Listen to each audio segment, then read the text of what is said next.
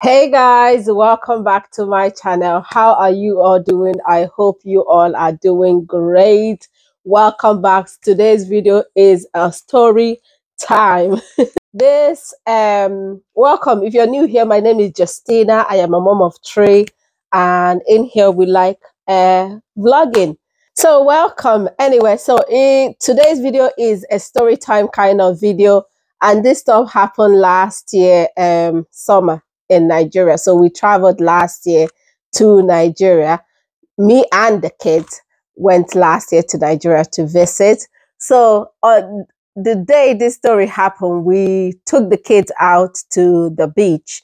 We decided to go out to the beach for a day of fun. So we traveled all the way we are on the mainland, and we were going to the island because the beach was in the island. So we went up there, we had fun. The kids, we do whatever it is you have to do, and we sit down, we ate, and we spent a bit of time there. So now it was evening, and we were heading back to the mainland, because from the mainland to the island is a drive, I'm telling you. And from the island to the mainland, and Lagos traffic, there's always a traffic. I don't know what is going on with Lagos traffic. I mean, you think you have seen traffic until you meet Lagos traffic. That day your village people has done voodoo for you, because you're going to sit in this traffic till late. But anyway, on this day there was not too much traffic. We were heading back from the island to the mainland, and at some point I think the roads became a bit confused now. So we went with the kids' uncle. So we had two uncles. So one was driving and one was at the front. So there was a place where we were coming off the express road, and there was a turn.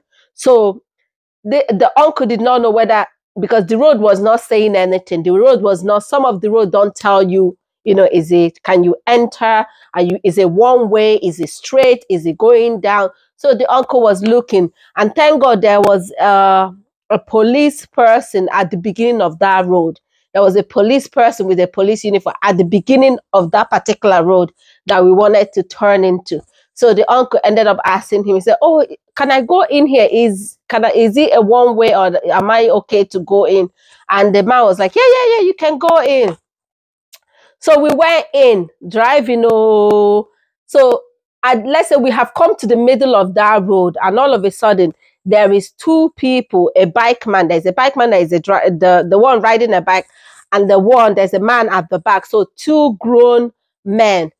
It looks like they were chasing our car, and the uncle at the front, first of all, saw it from his own mirror, was like, "Oh my God, these people are after us. They're chasing us."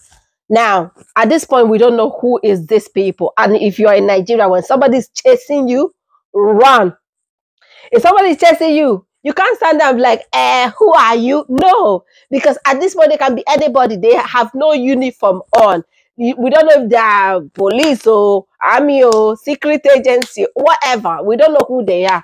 So we decided to do what? As human, as Black people, we are, as Africans, anything is chasing you, you need to, first of all, you run and you ask question later. You don't stand and ask question and then you regret yourself. So the uncle that was driving started driving. Like, you need to see driving. It felt like we are just burned. But at this point, I was panicking because I have all my kids at the back and I don't know who's after us. Like, somebody's chasing us on a bike, and it's easier to catch up to people on a bike because there's loads of, the roads is not too wide to to run or to drive. So the uncle was like stepping on it and driving so fast, and these people are, there's a point where they came up, they were close to us, and the guy banged at the window, boom, boom, boom.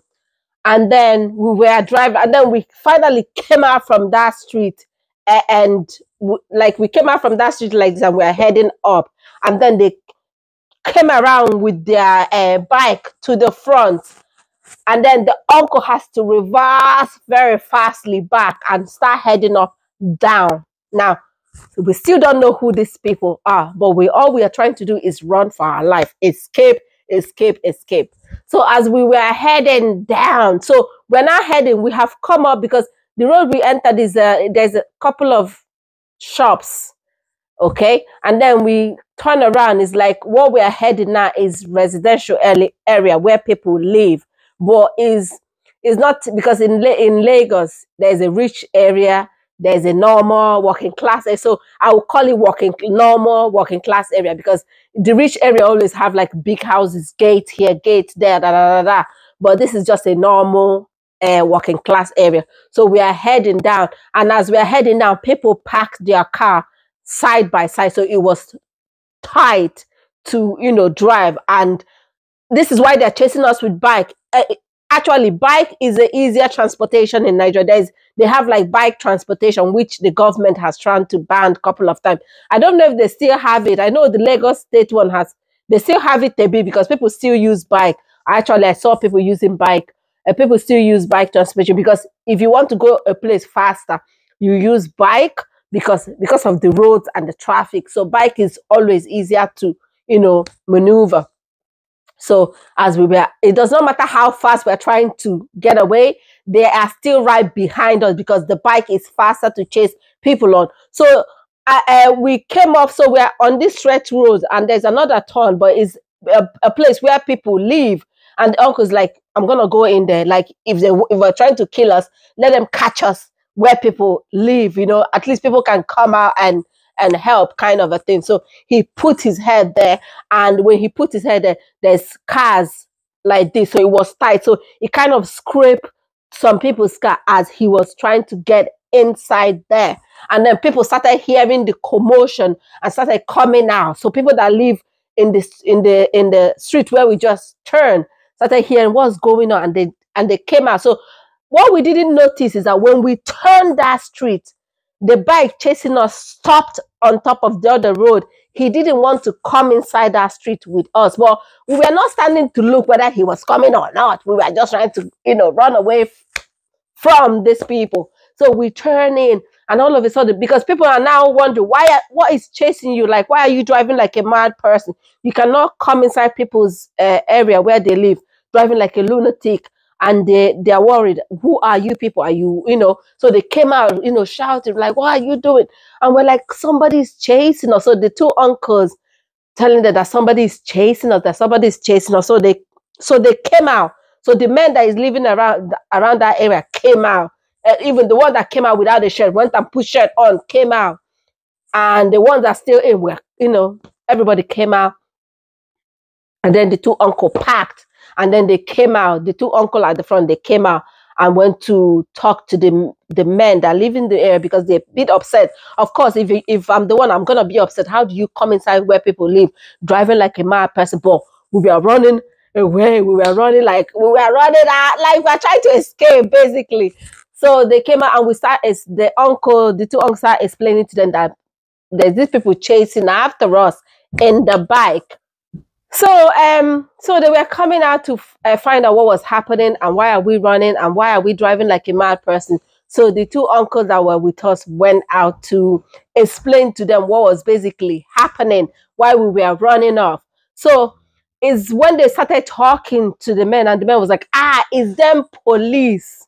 So the people chasing us actually were police people. So if you don't know what police people do in Lagos, police people is deliberately want you to break the law, so they can catch you and get you to pay fine.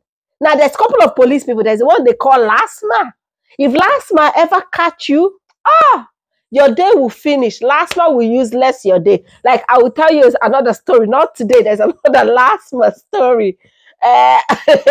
Lagos is crazy. There's another LASMA story. If LASMA ever, let's say you come out in the morning and you have a place to go, and you have in mind that you're going to do, and LASMA get you, I'm here to tell you that your plan is over. But we're not talking about LASMA. So there's something they do in Lagos. Like the police are just out to get the civilians, for money. They can catch you for doing something small, and they'll tell you to pay 100,000. 200,000 naira, not euro, naira. 200,000 naira, 100,000 naira, 50 for just simple thing. And majority of the road in Lagos does not have road signs. And I think they do that. They know why they do that, because they want you to break the law so they can get you to pay a fine. So let's say if you're entering this road, you don't know if that road is straight, down, whatever. So you might enter this road and somebody catches you. But the funny thing is that before we entered that road, there was a police person on uniform standing at the end, and he said, okay, yeah, you can go. Yeah, you can drive him, because we asked him. So these people that live in this area are now telling us, because we're like, who's chasing us? And they say it's the police around that area. That's what they do. They know the street where we entered, and they said they're doing this to everybody, and the people in that area is mad about it. Like they will catch you, they will find you. They say all the time they're chasing people, and people are running this to their direction and disturbing their peace, right? And like, these people are targeting normal people just to make money. And sometimes I won't blame them, because their salary is not that much. Like, they're not paying them much. So all our problems start from the top, start from the president. Like, minimum wage is not a livable wage in Nigeria. Like, it just is too much. And people are making peanuts. So these police people, they're not paying much. So they're using civilians to get the money that they need, their daily money, their daily whatever, survival money. So the people chasing us is the police. They're the one chasing us, because once they get you, they say if you pay this, if you don't pay this, they will take you to their police station. They will drive all the way to there and then make you pay big money. And then these men, they were like, okay, the men that lives in the community are so mad. And they're like, where are they? And the men started going to get them. And you know why they stopped? They couldn't come inside that. If they came inside that street, they will beat them.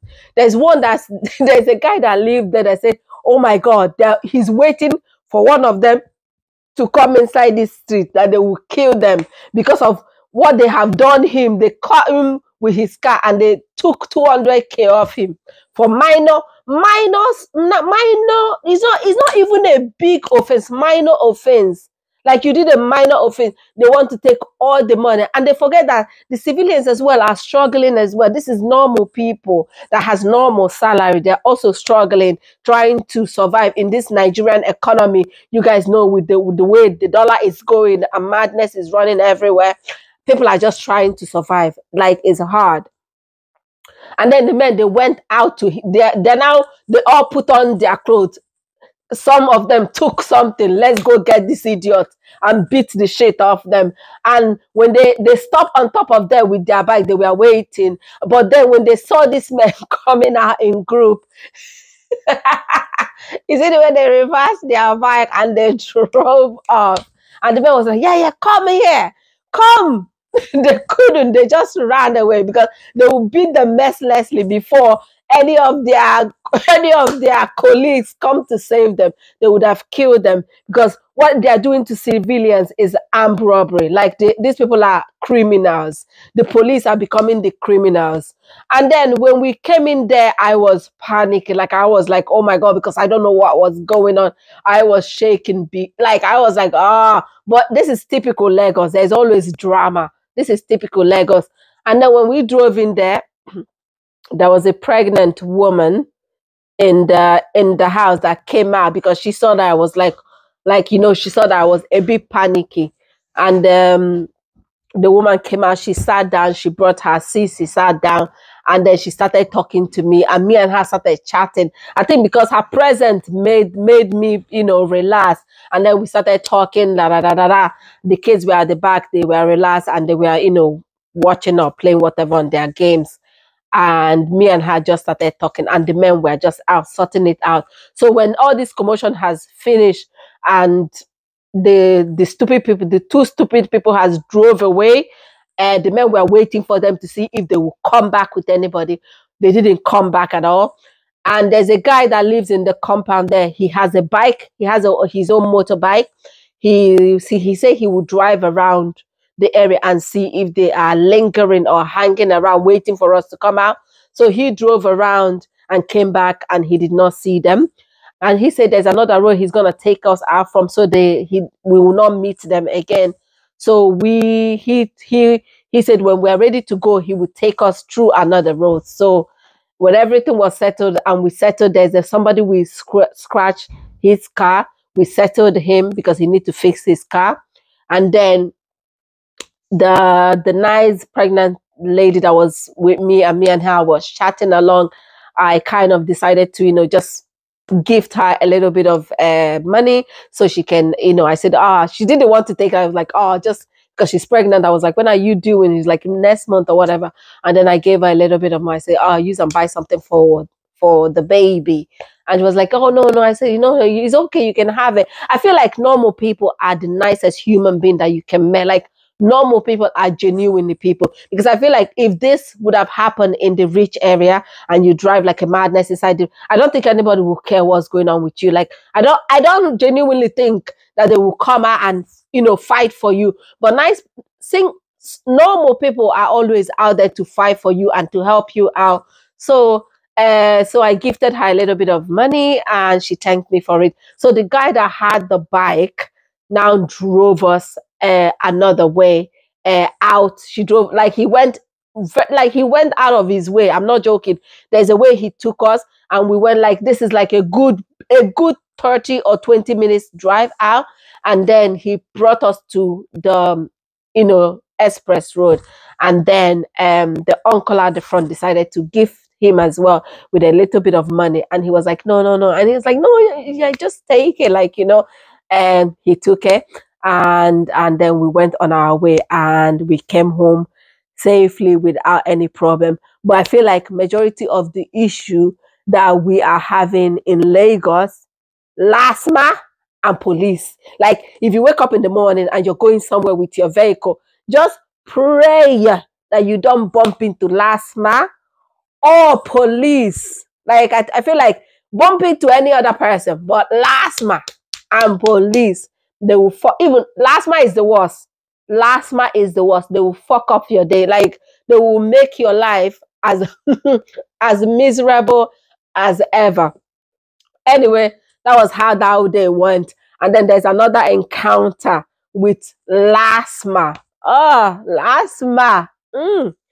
Pray, don't get on those people last. Like, don't ever let those people catch you doing any. It does not matter what it is.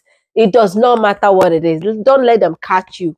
And I don't feel like the money that they are collecting from civilians is going to they're not using it for anything. I'm not joking. It's not that they're giving back to the community or using it to develop something.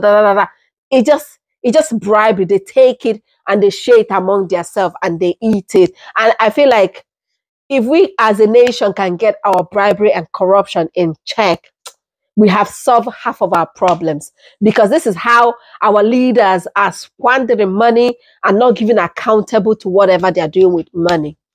Anyway, guys, this is where this story time is going to end. I hope you enjoyed it. If you did, don't forget to give a thumbs up, like, share, and subscribe.